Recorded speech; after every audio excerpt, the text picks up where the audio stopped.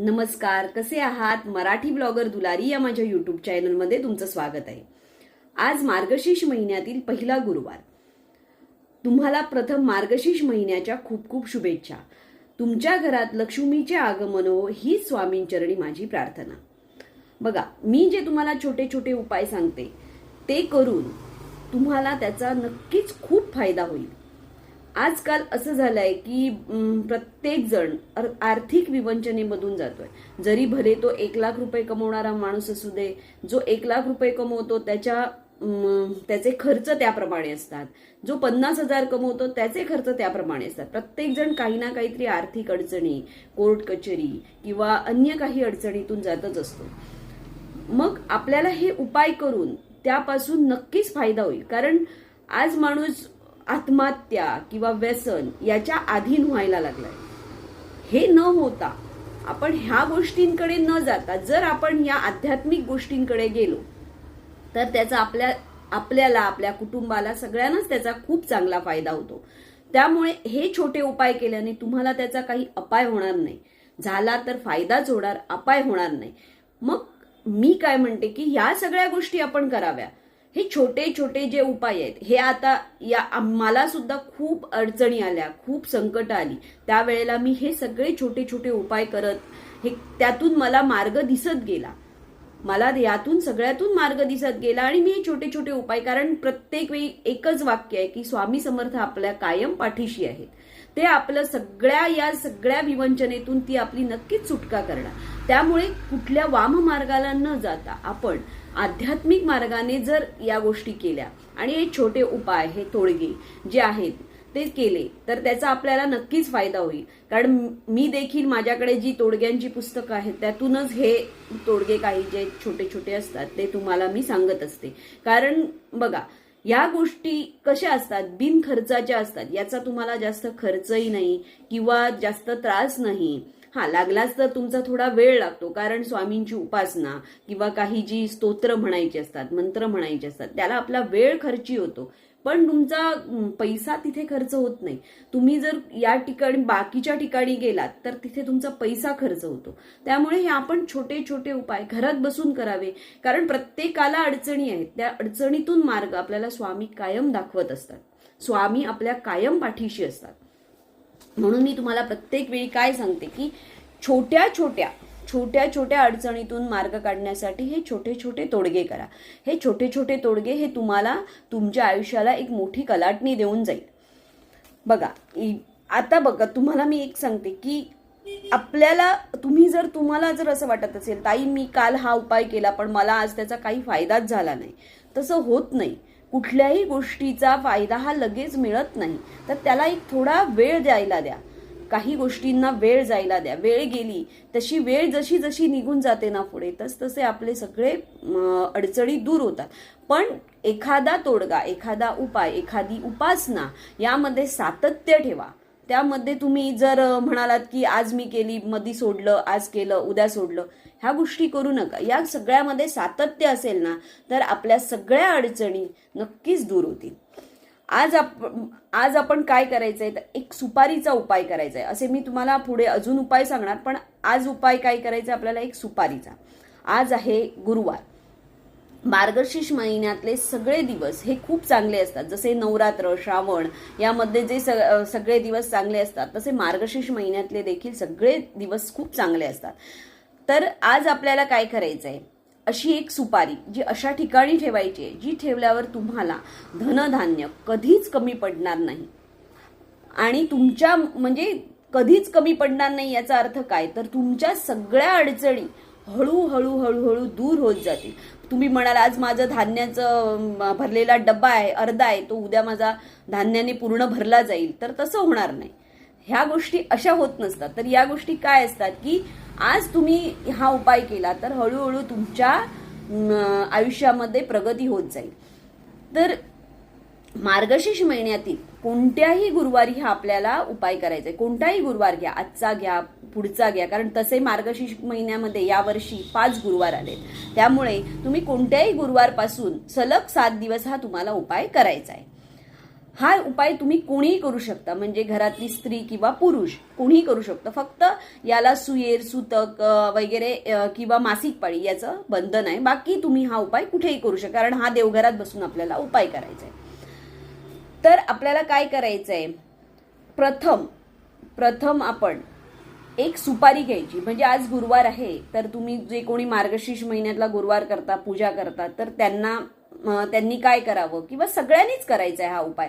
फक्त जे व्रत करतात, उपवास करतात त्यांनीच करायचं असं नाही, हा सगळ्यांनीच करायचं. पण जे पूजा करतात त्यांची आज सकाळी पूजा झालेली असणार. तुम्हाला काय करायचंय, तर प्रथम त्या सुपारीवर साध्या पाण्याने अभिषेक करायचा, नंतर पंचामृताने अभिषेक करायचा.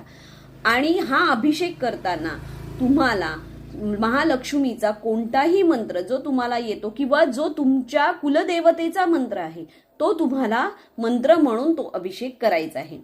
आणि नंतर ही सुपारी मात्र नवीन घ्यायची, जुनी सुपारी वापरायची नाही. नवीन जी सुपारी बाजारातून आणून तुम्हाला ही सुपारी घ्यायची आहे.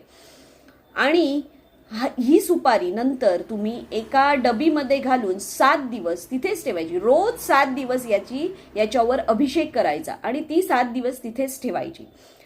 8व्या दिवशी सकाळी तुमची पूजा आटपली की ती सुपारी एका लाल कपड्यामध्ये बांधून त्यामध्ये एक छोटासा कापराचा तुकडा टाकायचा. का कापराचा तुकडा ठेवायचा, तर ती आपण आपल्याकडे सतत ठेवणार, म्हणजे आपल्या तिजोरीत, तर त्याला कीड लागू नये म्हणून त्यात एक कापराचा तुकडा ठेवायचा. आणि कापूर असाही खूप चांगला असतो आणि तो भीमसेनीच कापूर वापरा. आणि नंतर काय करायचं, ही सुपारी तुम्हाला ती सुपारी एक काय करायची, लक्ष्मी मातेचा तुमच्या घरात फोटो असेल, मूर्ती असेल, काही असेल, नसेल तर अन्नपूर्णा देवीची असेल, तर तिच्या पायाला ही सुपारी लावायची. आणि तिथे तुम्हाला तेव्हा 108 वेळा तुम्हाला कोणताही मातेचा मंत्र, म्हणजे लक्ष्मी मातेचा तुम्हाला जो मंत्र येतो, जो तुम्हाला सोपा वाटतो त्यावेळेला, तो तुम्ही म्हणायचा. कारण त्या दिवशी गुरुवारी किंवा आपली खूप कामं असतात मार्गशीर्ष महिन्यामध्ये, तर जो तुम्हाला सोपा वाटतो तो तुम्ही म्हणायचा. नंतर ही सुपारी तुम्ही माता लक्ष्मीच्या पायाला लावायची. आणि त्यानंतर ही सुपारी तुम्ही तिजोरीत ठेवा, किंवा तुम्ही तशीच डबीत घालून देवखोलीमध्ये तुमच्या ठेवा. बघा, ह्या सुपारीचा इतका तुम्हाला फायदा आहे की ह्या सुपारीमुळे तुमच्या जीवनात बरेच बदल होणार. कारण इतकी प्रभावशाली आहे ना ही. कारण आता ही सुपारी तुम्ही लाल कपड्यामध्ये, लाल कपडा हा माता लक्ष्मीला अतिशय प्रिय, त्यामुळे हा जो तुम्ही लाल कपडा, म्हणजे कुठलीही लाल वस्तू लक्ष्मीला प्रिय, ती तुम्ही लाल कपड्यामध्ये बांधून सुपारी जेव्हा ह्याच्यात ठेवणार तिजोरीमध्ये किंवा देवखोलीत, त्यावेळेला तिला धूप दीप, आणि तिला रोज जर देवखोलीत देवघरात ठेवणार असाल तर तिला रोज तुम्ही हळद कुंकू घालून तिला कायम उदबत्ती दाखवायची. त्यामुळे काय होतं, लक्ष्मी माता आपल्यावर खूप प्रसन्न होते. आता आपल्याला दुसरं काय करायचंय, तर दर गुरुवारी मी तर म्हणते मी रोज तिन्ही सांजेला उंबऱ्याच्या बाजूला 2 दिवे लावते आणि त्यामध्ये एक लवंग टाकते. तुम्ही रोज करा. रोज जमलं तर रोज खूप चांगलं. रोज ज्यांना जमत नसेल, कोणी कामानिमित्त बाहेर असतात, मग आता काही इलाज नाहीये, तर दर गुरुवारी तरी निदान करा. कारण बघा, तिन्ही सांजेची वेळ ही माता लक्ष्मी आपल्या घरात येण्याची, 6:30 ते 7:30 ही वेळ माता लक्ष्मी आपल्या घरात येण्याची असते. त्यामुळे त्यावेळेला तिच्या स्वागतासाठी 1-2 लवंगा घालून जर दिवा तुम्ही लावला तर माता लक्ष्मीला लवंग ही खूप प्रिय. ज्या म्हणजे होमामध्ये किंवा आणि आपण जे काही करतो उपाय, त्यामध्ये लवंगेला खूप महत्व आहे. त्याच्यामुळे लवंग ही माता लक्ष्मीला अतिशय प्रिय. आणि लवंग घालून जर तुम्ही रोज संध्याकाळी तिन्ही सांजेला उंबऱ्याच्या बाहेर 1 दिवा ठेवला किंवा 2 दिवे ठेवले, तर माता लक्ष्मी अतिशय प्रसन्न होते आणि तुमच्या घरामध्ये लक्ष्मीचं आगमन होतं. तसंच काय करायचं, दर गुरुवारी आपल्याला हळदीचं लेपन करायचं आहे. आणि ते लेपन करताना त्यामध्ये थोडंसं गोमूत्र आणि गंगाजल मिक्स करायचं आणि असं लेपन आपण आपल्या उंबऱ्याला करायचं. यामुळे आपल्या घरात नकारात्मकता प्रवेशच करणार नाही. हे उपाय जे छोटे आहेत ते तुम्हाला करायला काहीच प्रॉब्लेम नाही. तसंच काय करायचं, मार्गशीर्ष महिन्यामध्ये तुळशीला खूपच महत्व आहे. त्यामुळे या दिवशी तुळशी समोर एक तिन्ही सांजेला तुपाचा दिवा, तसा आपण रोजच लावतो, पण या दिवशी मुद्दाम तुळशी समोर तुपाचा दिवा लावून तो एक जो मंत्र मी सांगणार आहे तो एक घरातल्या कर्त्या पुरुषांनी म्हणावा. आता अगदीच कर्ता पुरुष घरात नसेल, जर असला तर त्यांनीच करावं, नसेल तर त्या स्त्रीने केला तरी चालेल. तर तो काय मंत्र आहे, शक्यतो हा मंत्र म्हणावा. ओम नमो भगवते वासुदेवाय हा मंत्र तुम्हाला जपायचा आहे. असा मंत्र तुम्हाला तिथे बसून 11 वेळा, 21 वेळा, 108 वेळा तुम्हाला जसा जमेल तसा तो तुम्हाला म्हणायचा आहे. यामुळे तुम्हाला खूप फायदा होतो. म्हणजे आता मी तुम्हाला जसं सांगितलं याचे खूप परिणाम चांगले होतात, वाईट नक्कीच होणार नाही. तुम्हाला तुमच्या कामामध्ये, तुम्ही जिथे काम करताय, तिथे तुमचा व्यवसाय आहे, तिथे तुम्हाला यश प्राप्त होतं.